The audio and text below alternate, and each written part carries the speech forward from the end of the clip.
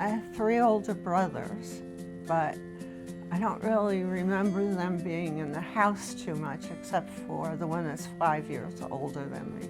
Because by the time, my oldest brother's 10 years older than me, so by the time I was growing up, he was already going out of the house. I grew up just like him in Uniondale, but we didn't know each other, and because I went to Catholic school. I mean, I wasn't allowed to cross the street, I remember that. But yeah, outside all the time, no watching TV or anything. There were no video games when we were children. Outside, I played softball a lot. I was kind of like a tomboy. My mother kept buying me dolls until I was 12, and then I think she gave up. So we'd play softball in an empty lot, and we'd play war with my brother's air rifles. We had a pool in the backyard. We always had a pool when I was growing up. Knock hockey, and of course Risk, Monopoly, all those board type games. We had softball, baseball, football, of course. That's how I hurt my elbow. We would play kickball late to night with street lights, and right out front of the house we would play kickball till God. I don't know how late, it seemed very late. Of course, bicycle riding. Big adventure was once you get like an expedition on a bike trip. Get some, we bring some snacks with us and see how far you could ride on a bike. There wasn't that much parental supervision. You'd go out and you had to be home at a certain time for dinner, basically, because if I saw my mother walking down this street to my friend's house, I knew I was in trouble because I wasn't home on time. I had bullies, but no, I wasn't. I was just I blended into the background. I wasn't really, I was friends with everybody, jocks, who we called greasers back then. I loved school. I was an overachiever because I wanted all A's, and I pretty much got them through, I went to the same school from 1st through 8th grade. Yeah, I was the teacher's pet and all that kind of stuff because I was smart. Your grandmother smoked marijuana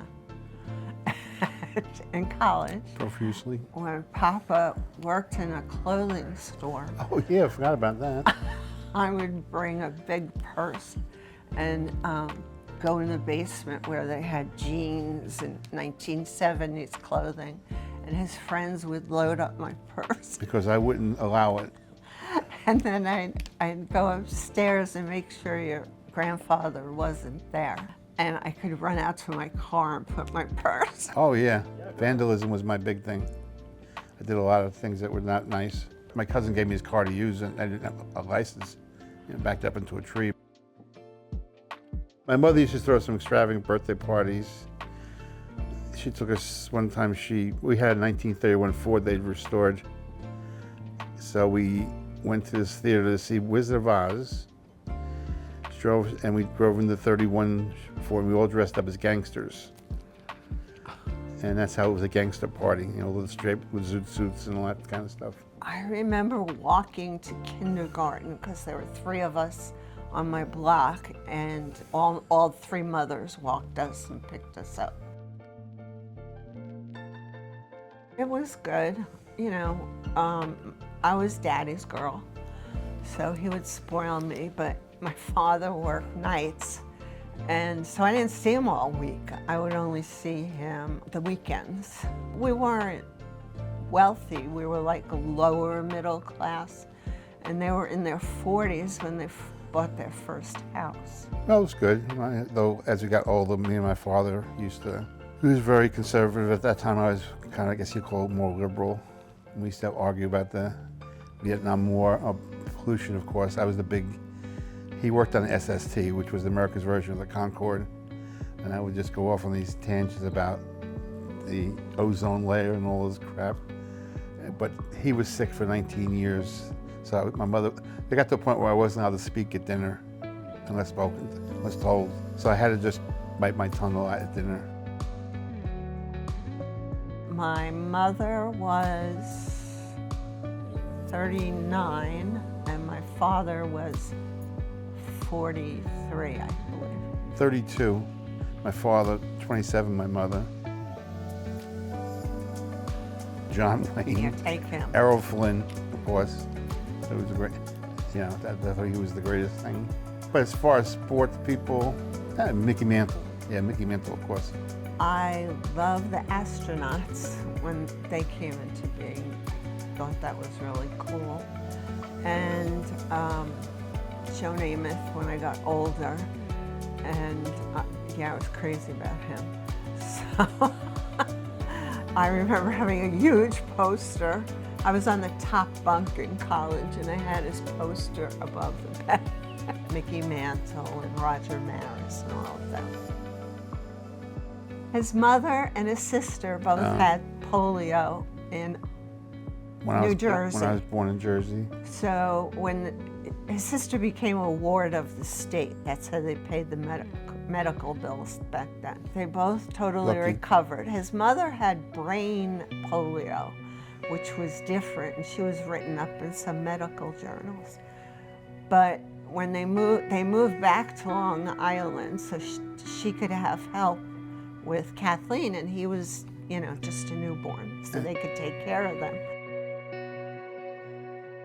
When I met him, and his mother and I were talking, and I was saying my father was a lithographer, and he worked over in Carr Place, she said, "Oh, I was there when you were born," because she had to go to work to pay all these medical bills.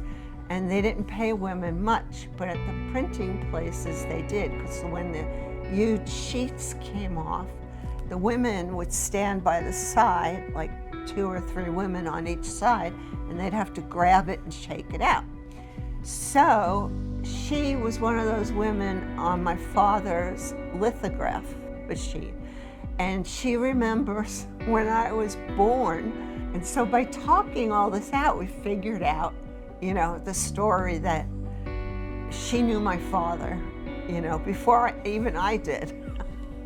He was known as Joe at work. His name was Everett, but at work he was called Joe, because out of whatever reason. And my mother knew his name Joe, knew everything about him. It's just kind of really talking about irony or fate or whatever.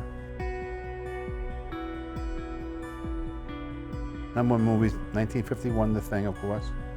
The best movie ever made. I used to be a big comic book person. It didn't matter what kind. I liked the Looney Tunes, of course, and Howdy Doody, and that's not a cartoon, but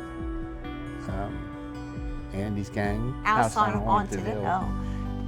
We had this one station that would play the same movie, kind of scary movie, every night at the same time. So they'd play it for 5 nights in a row, and I'd watch it really scared like that. And I loved The Twilight Zone. Oh, yeah. And Hitchcock. I liked all those spooky things. Officer Joe Bolton. And he every night at like 5:30, he would come on and he'd do his bit as the cop, and then he'd show Three Stooges. So my father was never home for dinner, so we'd eat in the dining room, and our TV was on wheels, so we could put it towards the dining room, and we watched, him during dinner, so we didn't bother my mother. In the 60s, the big thing was the astronauts, of course, and Kennedy was a big thing. We saw him because they would drive down main streets in certain places, and he drove down in a motorcade for being elected. We were afraid of Russia dropping a bomb on us in the Bay of Pigs. I remember all of that stuff because I remember my girlfriend and I standing in the backyard looking to see if there were any bombs coming. It was a scary time. I thought it was great. It was fun. I mean, of course, there's issues. Always going to be issues. You sat home at night, the death roll. They give you the death roll every night at dinner. Dan Rather would do that. I became an anti-war person who picketed, and they drove a busload of kids from New Paltz, which was my school, down to the city to protest in front of the UN. Calls me, guess where I am? And this is all on TV. And these are the days when the police would take their badge off and put it inside their pocket. And I said, get the out of the, I said, get back, get out of it. Those seriously hurt you people.